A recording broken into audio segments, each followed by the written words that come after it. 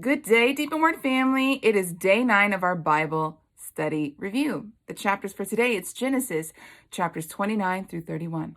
And as we open up chapter 29, we see that Yaakov, he is traveling to the land of the east, closer to where his uncle Laban's house is. And as he travels a little close, he sees that there are 3 flocks of sheep, and he sees that there are men who are watering the sheep. And this is what he says to the shepherds, right here in verse 4. So Jacob said to them, "My brothers, where are you from?" And they said, "We are from Haran." Verse 5, and he said to them, "Do you know Laban, son of Nahor?" And they said, "We know him." So he said to them, "Is he well?" And they said, "He's well." Skipping down to verse 9, while he was still speaking with them, Rachel came with her father's sheep, for she was a shepherdess. It says that when Jacob saw her, he immediately removed the stone from the well and he watered the whole flock of Laban. It says, and Yaakov kissed Rachel and lifted up his voice and wept. And when Jacob told Rachel, you see, I will use these names interchangeably so you know how they sound. He told her that he was her father's relative and that he was Rebekah's son. She ran and told her father, and it came to be when Laban heard the report that Jacob, his sister's son, that he ran to meet him and embraced him with a kiss. Verse 14, then Laban said to him, "Indeed, you are bone of my flesh." And he stayed with him for a month. Then Laban said to Jacob, "Because you are my relative, should you therefore serve me for naught?" Meaning, should you work for free? Absolutely not. Let me know, what should your wages be? And Laban had 2 daughters. The name of the elder was Leah or Leah, and the name of the younger was Rachel or Rachel. And Leah's eyes were weak. Okay, I'm not one to speak Morse code, but eyes were weak is code for plain Jane. Not so attractive. And then it tells you how Rachel looks. It says, but Rachel was the lovely of form and appearance. So Leah, kind of plain Jane. Rachel, fine as wine. We already know that's his type. Abraham, his grandfather, likes him too fine that he has to lie about him. His daddy, Isaac, was the same way. He likes him so fine that he has to lie to everybody that that's not his wife because he's scared of his life. And so guess what? Jacob likes them the same way. He likes them too fine for his own good. Verse 18, and Jacob loved Rachel, so he said, "Let me serve you 7 years for Rachel, your daughter." And Laban said, "It is better that I give her to you than I should give her to any other man. So stay with me." So Jacob served 7 years for Rachel, and it seemed but a few days for him because of the love he had for her. Verse 21, then Jacob said to Laban, "Give me my wife, for my days are completed, and let me go into her." He is adamant about ratifying the covenant, okay? And Laban gathered all the men of the place and had a feast. And it came to be the evening that he took Leah, his daughter, and brought her into Jacob, and he went into her. Jacob cut covenant with the wrong woman, but Laban did this on purpose, okay? This little deceptive spirit, it runs in their blood, on his mama and on his daddy's side. All of them are deceivers. Verse 25, and in the morning it came to be that, see, it was Leah. And he said to Laban, "What is this that you have done to me? Was it not Rachel that I served you for? Why then have you deceived me?" And Laban said, "It is not done this way in our place to give the younger before the firstborn. Complete the week of this one, and then we will give you this one too." So Jacob completed another week. He worked another 7 years. And this is what they are talking about when he spoke of wages, okay? It meant work. And yes, it's called a bride price, okay? The bridegroom has to pay for his bride.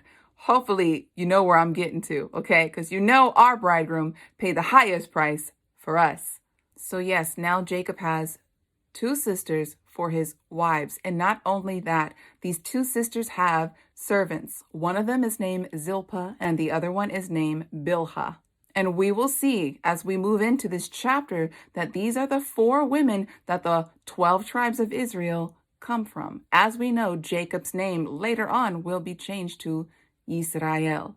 Verse 31, and Yahuwah saw that Leah was unloved, and he opened her womb, but Rachel was barren. So the one that Jacob loved, the one who was fine as wine, her womb was closed, just like the other 2 women before her. Do you see this? Verse 32, and Leah conceived and bore a son, and she called his name Reuben. And she said, for Yahuwah has looked on my affliction, because now my husband is going to love me. Do you see that Leah, because she wasn't the attractive one, she named her son Reuben, because she said, look, Yahuwah sees me. My husband may not see me, but he sees me, and he favors me. And that is why she called him Reuben. And Reuben literally means, behold, a son.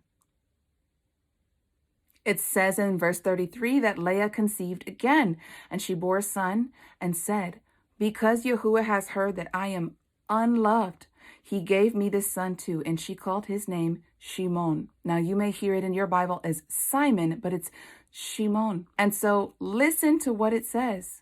He has heard that I am unloved. So now we know that she feels like she was overlooked. Now she feels like she's not heard. So she says, he hears me. He sees me. And so she names her second son Shimon. Now this could be tied to the Hebrew root word Shema, right? We know the Shema, O Shema Israel, Adonai Eloheinu, Adonai Echad, meaning listen, listen. So this might be the root word that is tied to be heard or to hear. Leah conceives another child again. Now this time my husband is joined to me, because I have borne him 3 sons. So his name will be called Lewi. Your Bible may say Levi, but it literally means attached. She wanted Jacob to love her and to be one with her. She felt overlooked, she didn't feel heard, and she didn't feel loved. And Leah conceived again and bore him another son. And she said, now I praise Yahuwah. So she called his name Yehuda. Okay, that's Judah. Judah literally means to give thanks or to give praise. Do you see how she is praising him through her pain and through her affliction? She is blessing her children with names while praising Yahuwah Elohim. I think this is so beautiful. Now we walk into chapter 30 and we see that Rachel saw that she was not able to bear children to Jacob. So she went to Jacob as if that was his problem. And she said, give me children or else I am going to die. And it says that Jacob's displeasure burned against Rachel. And he said, am I in the place of Elohim, who has withheld the fruit of the womb from you? He's saying, that's not in my power, that's in his hands. So Rachel gets frustrated, much like somebody else before in the Bible, like Sarah, and she gives Jacob her female servant Bilhah. So Jacob went into her, and from Rachel's female servant a child was born. And this is what Rachel said. Elohim has rightly ruled my case, and has also heard my voice, and given me a son. So she called his name Dan. That's what Dan, the root word, means. It means God is my judge. He has rightly ruled the case. So Rachel now feels as though she's being heard from Elohim Yahuwah, because her womb was closed. And now we see that Bilhah conceives a second son on behalf of Rachel. And Rachel said, with great wrestlings, I have wrestled with my sister and I have overcome. So she called his name Naphtali. Naphtali, it means, wrestle, struggling, but it also means overcoming. Do you see how even down to the names they get Yahuwah Elohim involved? He's involved in every area. And do you see the tug of war between the sisters? Jacob really loves Rachel, but Rachel's womb is closed. And these women are forcing Jacob. Look, Jacob is putting in work, honey, okay? This man has got to be tired, or he's thoroughly enjoying himself. And it says right here in verse 9 that Leah saw that she had ceased bearing, and she took Zilpah, her female servant, and gave her to Jacob as a wife. Lord have mercy, poor Jacob, or bless Jacob. Leah's female servant Zilpah bore a son for Jacob. And Leah said, what luck. So she called his name Gad. Gad means good luck or good fortune. And Leah's female servant Zilpah bore Jacob a second son. And Leah said, I am Barak, which means blessed. I am blessed, for the daughters shall call me blessed. So she called his name Asher. And Asher means happy or blessing. After Asher is born, it switches the scene, and it says that the firstborn, Reuben, goes and he starts picking these love apples. And Rachel sees this, and she asks Reuben for some of the love apples. And so Leah steps aside and she goes, is it not enough that you took my husband and now you're trying to take my son's love apples? So Rachel bickers with her sister Leah and she says, you know what? If you give me a few of these apples, then I'll give Jacob to you so you can lay with him tonight. I don't understand this tug of war. Like, this couldn't be me. This could not have been me. So they toss Jacob around one more time, okay? Now the wives are pimping out the husband. Oh my goodness, do you see this? So Jacob lays with Leah, and Leah conceives. Her womb is opened again. And Leah said, Elohim has given me my hire, because I have given my female servant to my husband. So she called his name Issachar or Yissachar, which means reward. And reward is for work, y'all. Jacob is putting in this work. And it says that Leah conceived again and bore Jacob a sixth son. And Leah said, Elohim has presented me with a good present. Now my husband is going to dwell with me or tabernacle with me, because I have borne him 6 sons. So she called his name Zebulun. Zebulun means to dwell or to take up residence. And afterwards she bore a daughter, and she named her Dinah or Dinah. I honestly don't know how you say it, but it means vindicated. So at this point, Leah is satisfied. Now the scene switches and it says that Elohim remembers Rachel. And so he opens up her womb and she conceives, and she bore a son, and she called his name Yosef. And she said, Yahuwah has added to me a son. That's what Joseph or Yosef means. It means he will add.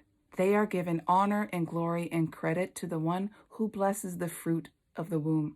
After Joseph is born, now Jacob tells Laban, right? Now that he has enough sons to make a boy band, he's like, all right, now it's time to hit the road. So he tells Laban, give me my wives, give me my children. I'm ready to go back to my homeland. Laban pleads with Jacob and he says, if I have found favor in your eyes, please stay. And Jacob is adamant about hitting the road. And so he says, name your wages. So this is what Laban tries with him again. Now he's already deceived him with his wages now. And so he thinks he's going to get away and deceive him again. And so this is what Jacob says in return. Right here in verse 32, let me pass through all of your flock today, removing from there all of the speckled and spotted sheep, and all of the black ones among the lambs, and all of the spotted and speckled ones. He's saying, give me the ones that aren't so attractive. Let that be my wages. Jacob said, and my righteousness shall answer for me. So he cared for Laban's flocks. Verse 37, we see, and Jacob took for himself rods of green poplar and of the almond and chestnut trees, peeled the white strips of them, and exposed the white which was in the rods. And so when he saw the speckled and the spotted lambs and goats, when he saw them coming together, I guess something about this root makes them strong and makes them conceive. And now when he saw the ones that were pretty, right, the ones that he said would be Laban's, he didn't treat the water with this. So they did not conceive well, and they did not come out strong. They were weak. And so we see through this process that Elohim was vindicating Jacob. So Jacob's wages were increased. And as we walk into chapter 31, we see that the other sons of Laban confront Jacob. And he's saying, everything that was of my father's house, you have taken from him. And so Jacob speaks to Rachel and Leah and tells them, look, your father's face is not favorable towards me anymore. And your father Laban has deceived me over and over again. And so we see right here in verse 9 of 31. So Elohim has taken away the livestock of your father and given them to me. And it came to be at the time when the flocks conceived that I lifted my eyes and looked in a dream. I saw the rams which leaped upon the flocks were streaked, speckled, and mottled. And the messenger of Elohim spoke to me in a dream, saying, Yaakov. And I said, here I am, Hineni.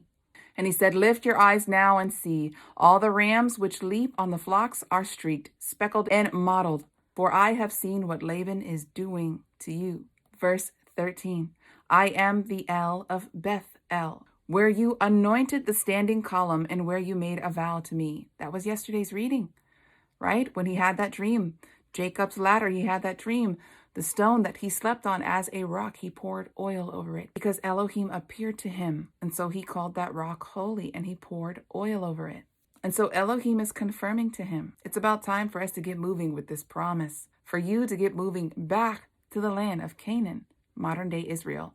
So we see that Jacob is ready to go. He tells Leah and he tells Rachel, it's time to go.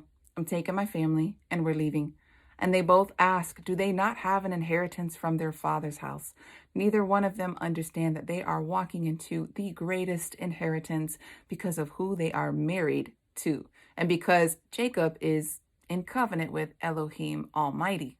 And so we see that Rachel steals one of her father Laban's idols. Laban worshipped pagan deities, and so Rachel wanted to have something to remember her father by, so she took one of the idols. And so as they were fleeing, it says that Laban approached them. He caught up with them and he asked, why? Why did you just up and go? Why didn't you let me see you off properly? And he says, and why did you steal my mighty ones? Mighty ones is what you will hear for foreign gods in the Bible. So Jacob answers Laban and he says, I was fearful that you would tear your daughters away from me. You've already deceived me about my wages concerning them. You deceived me about my wages with your flock. He's like, I had to up and leave. But he said, concerning your mighty ones, your little pagan idols, this is what Jacob says. With whomever you find your mighty ones, let him not live. Please mark that in your Bible. That is chapter 31, verse 32, because we will see that the words of Jacob actually come to pass. It says a little further down, for Jacob did not know that Rachel had stolen the mighty ones, the idols. Rachel hid them. She sat on the idols. And then Laban asked her to get up and she says, please don't ask me to get up. It's my lady time. It's my time of the month. Please don't ask me to get up. Laban continues his search for his pagan mighty ones, and it makes Jacob so angry because Jacob is like, you're searching me. You're seeking me. You're the one who has deceived me. You're the one who brought in Leah when I worked for Rachel. I have worked for you 14 years. And then I worked an additional 6 years for your flocks, and you have changed my wages 10 times. How dare you seek my house when you are the deceiver? But I want you to see that both Jacob and Laban, like I said, it runs all throughout their family. They're all deceptive liars. But nonetheless, Yahuwah Elohim is with Jacob. And so Jacob and Laban, they make a covenant. They come to a high mountaintop, and one of them calls it Gilead, and the other one calls it Mitzpah. They place 2 heaps of stones, and then they make a covenant, and they say that these 2 heaps of stones are witnesses against one another. And this is what it says. Because he said, let Yahuwah watch between you and me when we are out of each other's sight. If you afflict my daughters, or if you take other wives besides my daughters, although no man is with us, see, Elohim is a witness between you and me.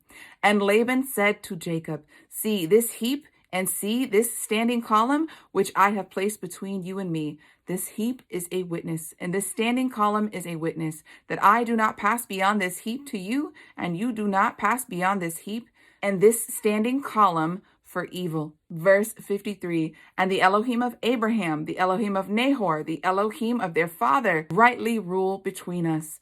And Jacob swore by the awe of his father Yitzhak. And Jacob brought an offering on the mountain and called his brothers to eat bread. Do you see when people come into covenant, there's bread. They break bread with one another. They eat at the same table when they make a covenant with one another. They ate bread and spent the night on the mountain. Verse 55, and Laban rose up early in the morning and kissed his sons and daughters and blessed them. And Laban left and returned back to his place. So Deep in Word family, the bulk of the message today is really more about the names of the 12 sons of Israel and how they were named. They were named through affliction. They were named through pain and struggling, through a family feud, but they still gave honor and glory to Yahuwah Elohim. I hope that you enjoyed the Bible study review for today. That is all I have for you. Yah bless.